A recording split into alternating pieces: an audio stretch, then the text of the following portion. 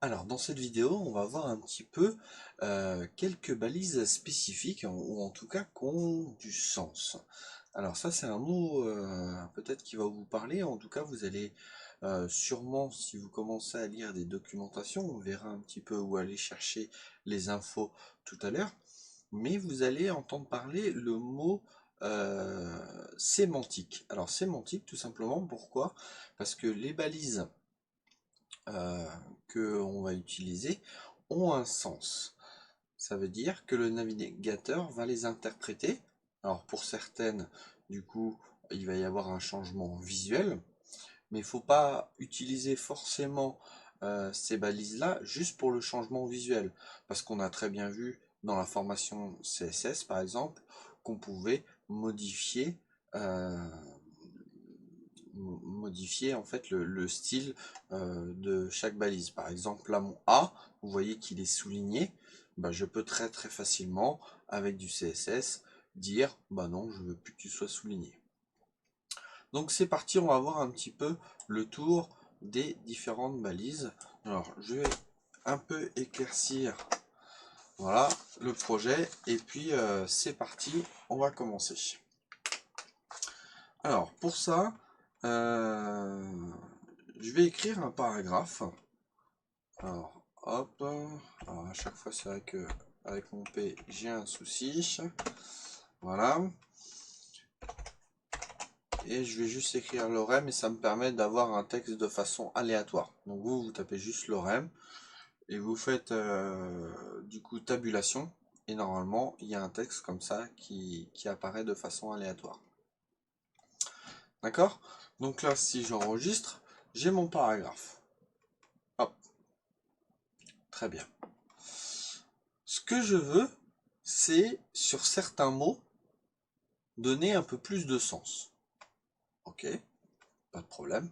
Par exemple là, je voudrais que celui-là soit mis un peu en valeur. Donc pour le mettre en valeur, je vais utiliser la balise strong. D'accord? Et je vais faire un coupé-collé. Donc CTRL X et je vais me placer au milieu CTRL V. Voilà. Et là j'enregistre. On remarque quoi? On remarque que le mot qu'on a mis à l'intérieur de la balise strong est en gras. D'accord? Donc là, comme je vous l'ai dit, il y a un changement visuel, mais on aurait très bien pu le mettre, on aurait très bien pu le mettre en gras d'une autre façon. Par exemple, je sais pas moi, là ici, je fais une div. Alors non, pas une div justement. Je vous expliquerai la différence entre div et span. D'accord? Donc, je fais span. Ok, je prends celui-là. Hop, j'enregistre. Du coup, sur ma span, je vais text wait.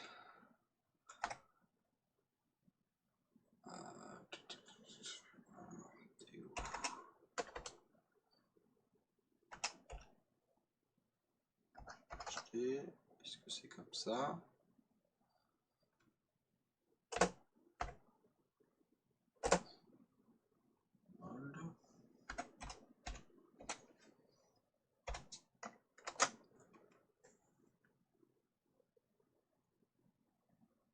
Alors, ça ne fonctionne pas. Pourquoi?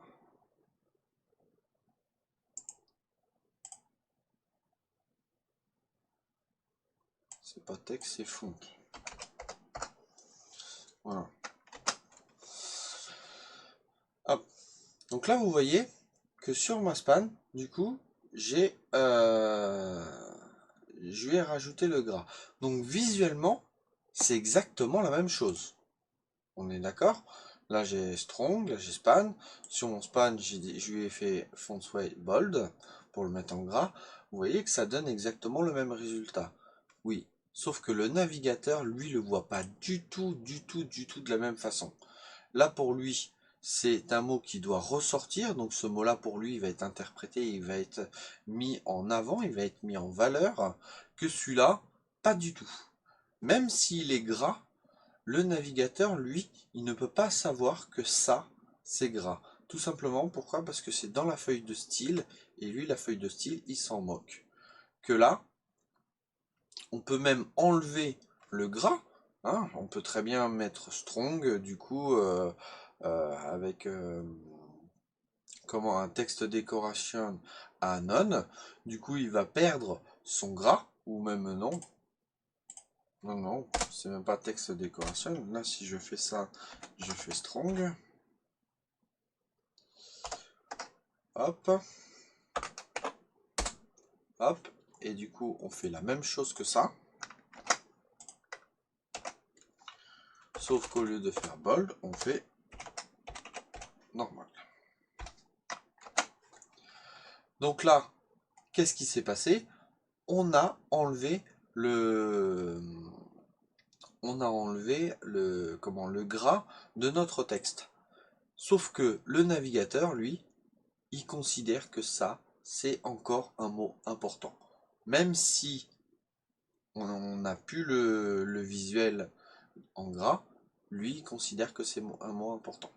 Donc voilà, donc j'insiste bien sur cette notion-là parce que vraiment, vraiment, c'est important. Et en HTML5, vous allez voir qu'il y a plusieurs nouvelles balises, mais vraiment avec du sens, et c'est important de les utiliser, et surtout de les utiliser à bon escient. Voilà. On peut très bien faire un premier paragraphe que j'entoure ici, par exemple, voilà, lui donner une classe, et sur cette classe-là, bah, je vais te grossir pour que ça fasse un titre.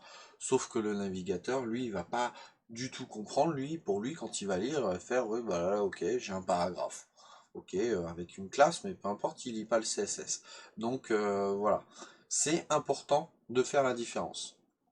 Donc on a vu la balise strong, je vais vous en montrer une autre. Donc je vais enlever la span par exemple ici. Hop.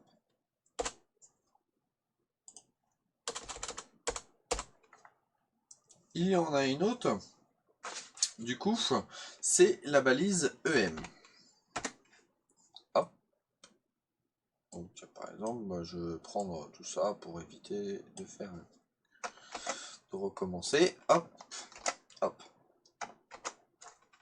Et là, vous voyez que le texte, si je grossis un peu, alors d'accord, j'ai grossi le navigateur, l'éditeur de code.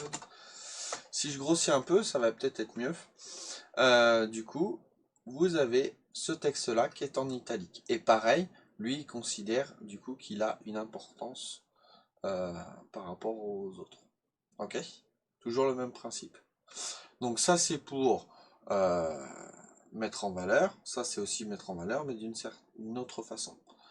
Là, vous voyez, j'ai un texte et je sais pas, moi, juste avant Niji, là, je veux sauter une ligne. Comment on fait?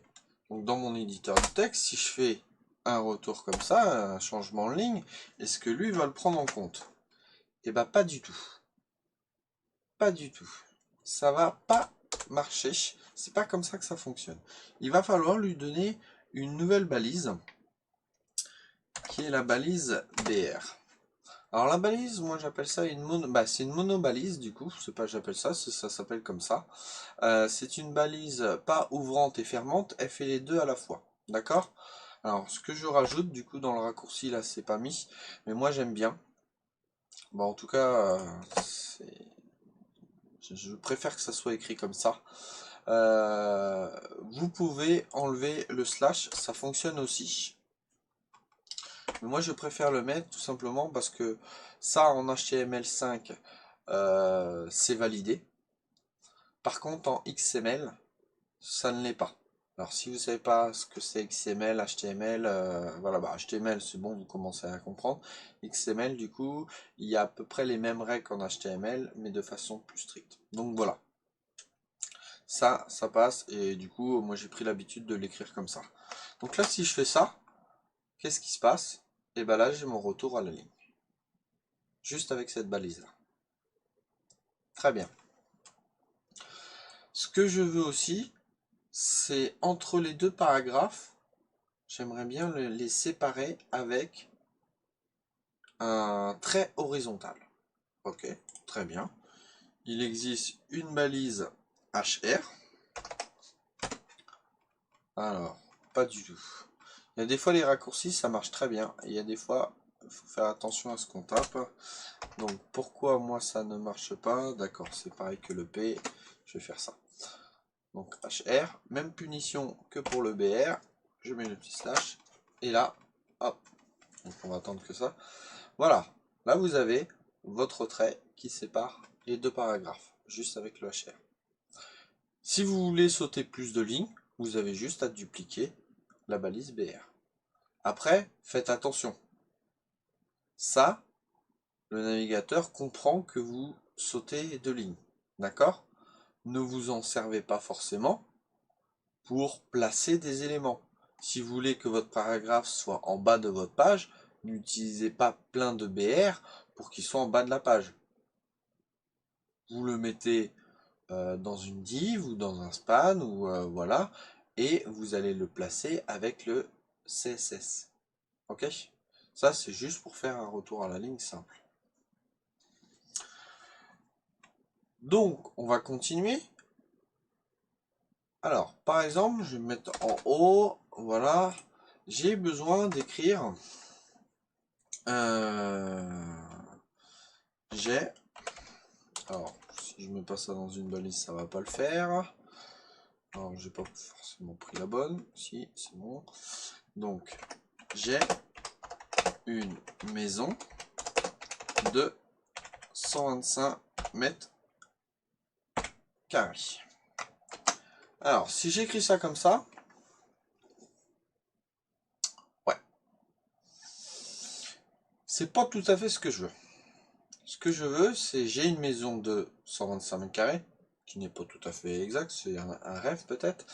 Mais le carré, j'aimerais bien qu'il soit petit et qu'il soit au-dessus du M, bah, comme ça doit s'écrire. Ok, très bien. Il existe une balise qui est sup, pour le mettre en supérieur. Alors là, ça n'a pas pris en compte. Oula. Alors, on va recommencer. Tac, si je fais sup.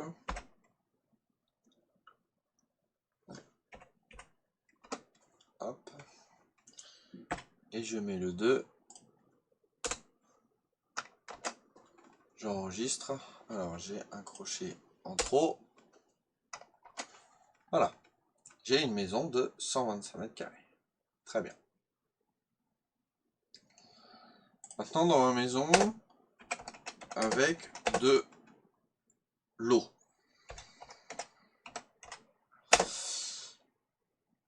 Qui est égal à H2O. Donc, si je fais ça, voilà, avec H2O. Bon, moi, ça ne me va pas tout à fait. Déjà, on va mettre des majuscules. H2. Alors, des majuscules, je dis H2O. Si je fais ça, toujours pas bon. Là, je veux que mon 2 soit plus petit. Et ben, au lieu de faire sup, vous avez sub. Alors, si je fais ça, ça va pas fonctionner. Voilà. Voilà. Et voilà. Et là, je prends mon 2 que je mets ici. Et voilà, mon petit 2 se retrouve en dessous. Donc, sup au-dessus, sub en dessous. Donc ça, des fois, c'est des balises qu'on a besoin pour écrire certaines petites choses. Alors, on va en voir encore 3 autres, mais qui sont à peu près dans le même, voilà, Euh, pas dans le même registre, mais qui ont eu un intérêt des fois un peu particulier.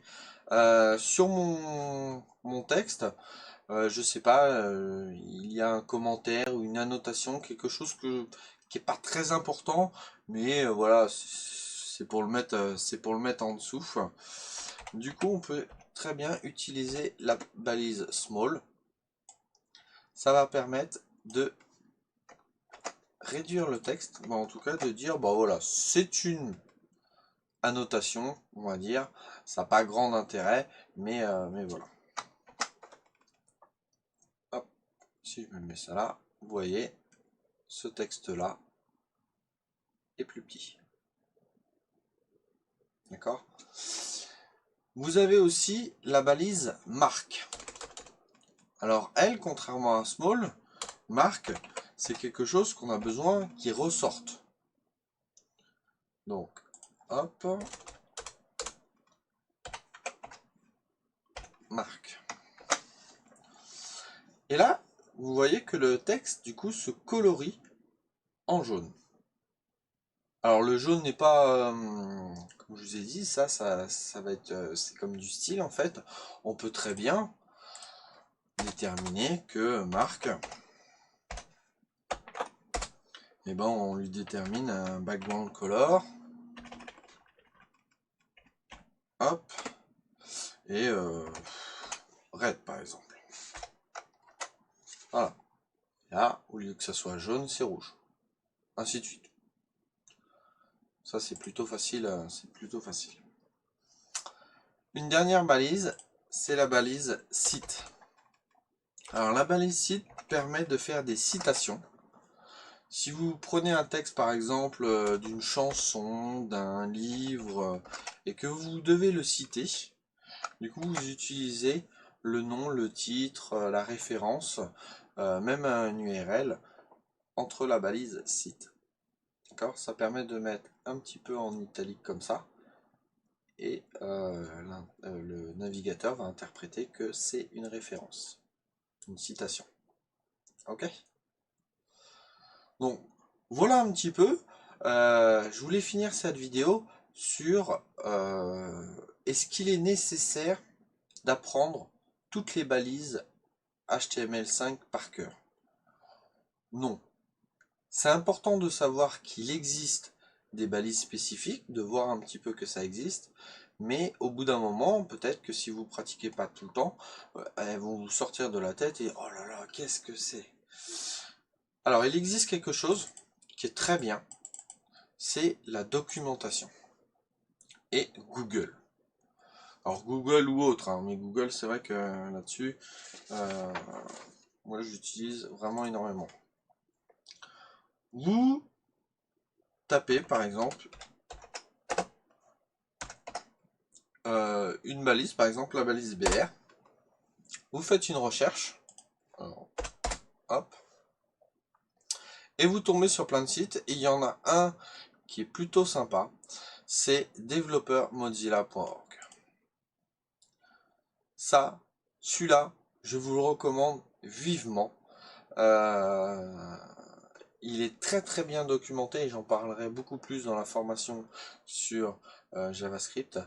Mais c'est une mine d'informations euh, pour tout ce qui est développement web et notamment sur le HTML où vous avez des petits textes d'explication, des exemples, la compatibilité avec les différents navigateurs.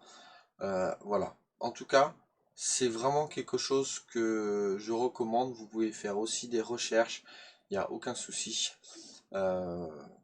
Voir, hop, si je fais là, HTML. Voilà, vraiment, vous avez plein d'outils, plein de choses là-dessus. C'est en français, donc je sais que la plupart des documentations sont en anglais. Là, c'est en français. Il y a quelques articles qui sont encore en anglais parce qu'ils n'ont pas fini d'être traduits, puisque c'est une équipe de bénévoles qui, du coup, traduit. Mais vraiment, c'est très bien fait. Je vois là par exemple head, title, body, header, footer, article, section. Alors pour header, footer, article, section, vous allez me dire, bah, on les a pas encore vus, image non plus. Vous inquiétez pas, ça va venir, ça va être dans les prochaines vidéos. Donc justement, pour voir les prochaines vidéos, n'hésitez pas à vous abonner, ça vous permet d'avoir les notifications des dernières vidéos. Vous pouvez m'encourager avec un pouce bleu, ça me fait toujours plaisir. Et si vous n'avez pas compris quelque chose ou que vous voulez que je réexplique plus en détail un point, il n'y a pas de souci, vous pouvez me laisser un commentaire et c'est avec plaisir que je vais soit vous répondre, soit s'il y a plusieurs commentaires du même style, refaire une vidéo pour approfondir. Voilà, entraînez-vous, codez-vous. Là, vous pouvez déjà commencer à faire une page internet en suivant la formation HTML et CSS d'une grande qualité, en essayant de regarder sur la documentation, donc MDN, Mozilla Developer Network, les différentes balises, voir un petit peu comment ça fonctionne, et vous pouvez déjà commencer à faire une page d'une grande qualité. Je vous dis à bientôt sur une prochaine vidéo. Ciao ciao!